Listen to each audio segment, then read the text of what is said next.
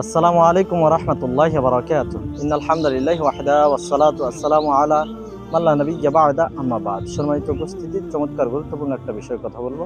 ইমাম ইবনুল কাইয়্যিম রাহিমাহুল্লাহ বলেছেন অমর বাণী। তিনি বলেন, মিফতাহু হায়াতিল কলবি, অন্তর জীবন্ত রাখার চাবিকাঠি হলো তাদাব্বুরুল কোরআনি, কোরআন নিয়ে গবেষণা করা, কোরআন নিয়ে থিসিস করা, ওয়া তাদাররাউ বিল আসহারি, আর রাত্রি জাগরণ করে সালাত আদায় করা, তারাবি তাহাজ্জুদ আদায় করা, ওয়া তারকু যুনুবি, এবং ৩ নম্বরে পাপ কাজ থেকে বিরত থাকা, গুনাহের কাজ পরিত্যাগ করা।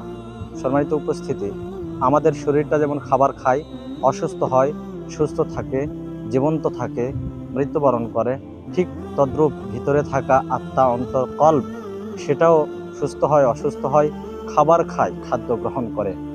এজন্য এই অন্তরকে জীবন্ত রাখা, সুস্থ রাখা, এর জন্য আমাকে আপনাকে এই ৩টা কাজ করতে হবে। কোরআন নিয়ে থিসিস করতে হবে, গবেষণা করতে হবে, আর রাত্রি জাগরণ করে মহান আল্লাহ তাআলাকে সন্তুষ্ট করতে হবে, আর বেশি বেশি গুনাহের কাজ পরিত্যাগ করতে হবে, তরক করতে হবে।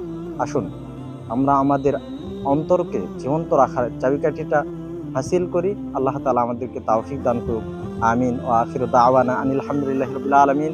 আসসালামু আলাইকুম ওয়া রাহমাতুল্লাহি ওয়া বারাকাতুহু।